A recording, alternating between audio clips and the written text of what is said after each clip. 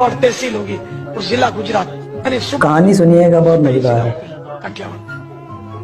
تو اس میں وہ کوئی گوشت پاک کا دیوانہ رہتا تھا، وہ بچوں کو، سیدوں کے بچوں کو بہت پیار کرتا تھا، اور وہ سید کا بچہ دیکھ لیتا، اس کو اٹھا کر کھلاتا، اس کو چیز دلا دیتا اور اس طرح کرتا تھا۔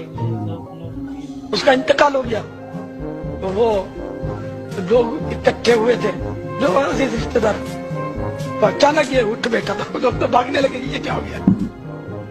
تو اس نے بولا کہ ڈرو مت، میں مرا ہوا ہی ہوں، لیکن ہوا یہ کہ میرے گوشت پاک آ گئے، میرے مرشد آ گئے، میرے پیر صاحب آ گئے اور میرے کو ٹھوکر ماری، اٹھ، توبہ کیے بغیر کیوں مر گیا، توبہ کر لے۔ تو پھر اس نے گناہ سے توبہ کی، کلمہ پڑھا اور پھر سو گیا۔ ہمارا حسن ظن ہے کہ جنت کی گلیوں میں کھو گیا۔ بسم اللہ الرحمن الرحیم، السلام علیکم ورحمۃ اللہ وبرکاتہ۔ ناظرین، کلپ تو آپ نے سنا، اب اس احمق کو کیا کہہ سکتے ہیں؟ آپ دیکھیں میرے معزز سامعین کہ کبھی یہ کہتے ہیں ماں کے پیٹ میں ٹھوکر ماری، کبھی یہ کہتے ہیں مردے کو ٹھوکر مار کر زندہ کر دیا۔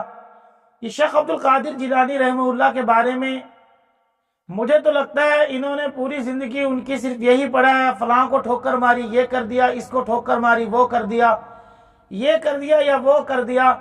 تو میرے معزز سامعین، یہ کوئی حقیقت نہیں ہے، یہ فقط یہ حضرت صاحب پتہ نہیں کس لائن پہ چل دیے، جس لائن پہ ان کو چلنا نہیں چاہیے تھا اس لائن پہ چل دیے ہیں، خود ہی کس چلن پر چل دیے، اور کیسے لوگوں کو اپنے آپ کو لوگوں کے سامنے متعارف کروا رہے ہیں، سمجھ سے بالا تر ہے۔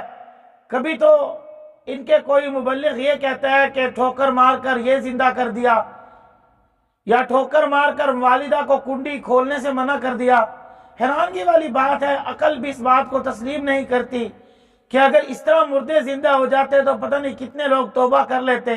حالانکہ نبی کریم صلی اللہ علیہ وسلم پریشان ہیں، غم زدہ ہیں کہ میری امت کے لوگ کیسے ہدایت پر آ جائیں۔ تو اللہ نے خود ارشاد فرمایا انک لا تہدی من احببت ولکن اللہ یہدی من یشاء۔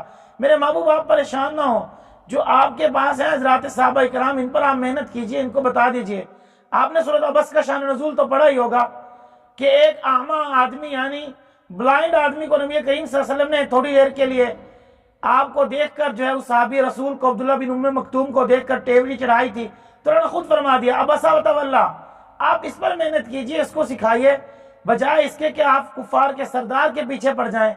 تو یہ بھی جو ہے یہ کیسی من گھڑت کہانیاں بنا رہے ہیں۔ میرے دوستو، یہ کہانیاں سمجھ سے بھی بالا تر ہیں، اور اللہ رب العزت کا قرآن تو واضح طور پر ارشاد فرما رہا ہے کہ ایسا نہیں ہوگا، بلکہ موت اور زندگی اللہ کے ہاتھ میں ہے، اور جو لوگ پہلے توبہ کر لیں بس انہی کی توبہ قبول ہے۔ جب انسان کی روح قبض ہوتی ہے تو توبہ کا دروازہ بند ہو جاتا ہے، پھر کوئی توبہ قبول نہیں۔ اور یہاں یہ کہہ دینا کہ شیخ عبد القادر جیلانی نے مردے کو زندہ کر دیا، توبہ کی، پھر مر گیا، اور پھر جو ہے وہ دوبارہ سے جو ہے جنت کی گلیوں میں پھر رہا ہے۔ تمہیں کس نے کہہ دیا جنت کی گلیوں میں پھر رہا ہے؟ کیسا تمہارا حسن ظن ہے یار؟ نبی کریم صلی اللہ علیہ وسلم نے ایک صحابہ رسول آئے ایک جنگ کے موقع پر، اور آپ صلی اللہ علیہ وسلم نے فرمایا کہ اللہ کے نبی فلاں شخص جو ہے وہ دونوں ہاتھوں کے ساتھ لڑ رہا ہے۔ آپ نے فرمایا اس کو دیکھ کر کے یہ جہنمی ہے۔ صحابہ اکرام بڑے پریشان ہو گئے کہ یہ کیسے جہنمی ہو سکتا ہے، حالانکہ دین کی بڑی خدمت کر رہا ہے اور دونوں ہاتھوں کے ساتھ تلوار چلا رہا ہے، یہ جہنمی کیسے ہو سکتا ہے؟ تو جب دیکھا تو اس کی گردن پر تلوار لگی اور اس نے چیخیں ماری، اور اپنی تلوار سے بعد میں اپنے اس گردن کو الگ کر دیا کہ جہاں پر تلوار لگی تھی، تو اتنا شدید درد تھا کہ خود الگ کر دیا۔ تو صحابہ اکرام نے فرمایا نبی کریم صلی اللہ علیہ وسلم نے سچ کہا تھا کہ یہ جہنمی ہے، اور ہم تو یہ گمان کر بیٹھے تھے کہ یہ جنتی ہے۔ اور پھر قرآن نے واضح فرمایا یا ایھا الناس ضرب مثلا فاستمعوا لہ، کہ لوگوں، یہ لمبی مثال ہے، بہرحال بالکل مختصر کر رہا ہوں۔ فرمایا لوگوں کہ تم ایک مکھی جو کوئی چیز پر بیٹھ جائے، یا تمہارے سالن سے، آملیٹ سے، کسی بھی چیز سے، سویٹ سے کوئی بھی چیز لے جائے، مکھی ایک ذرہ اٹھا کے لے جائے، تو آپ مکھی سے وہ ذرہ بھی چھڑا نہیں سکتے. مکھی بنانا تو دور کی بات، مکھی سے لی ہوئی چیز بھی چھڑا نہیں سکتے. ضعف الطالب والمطلوب، کتنے کمزور ہیں جن کی عبادت کی جا رہی ہے یا جو عبادت ان کی کر رہے ہیں، دونوں کتنے کمزور ہیں. وما قدر اللہ حق قدری. تو میرے مولانا سامنے یہ واضح سا شرک ہے، تو اس کام سے بچیں اور جو ہے اس کام کو نہ کریں، اور ایسے ایسے الزامات بزرگوں پر بھی نہ لگائیں. اللہ رب العزت دین متین کی صحیح سمجھ عطا فرمائے، ہمیں دین پر چلنے کی توفیق عطا فرمائے. وما علینا الا البلاغ المبین.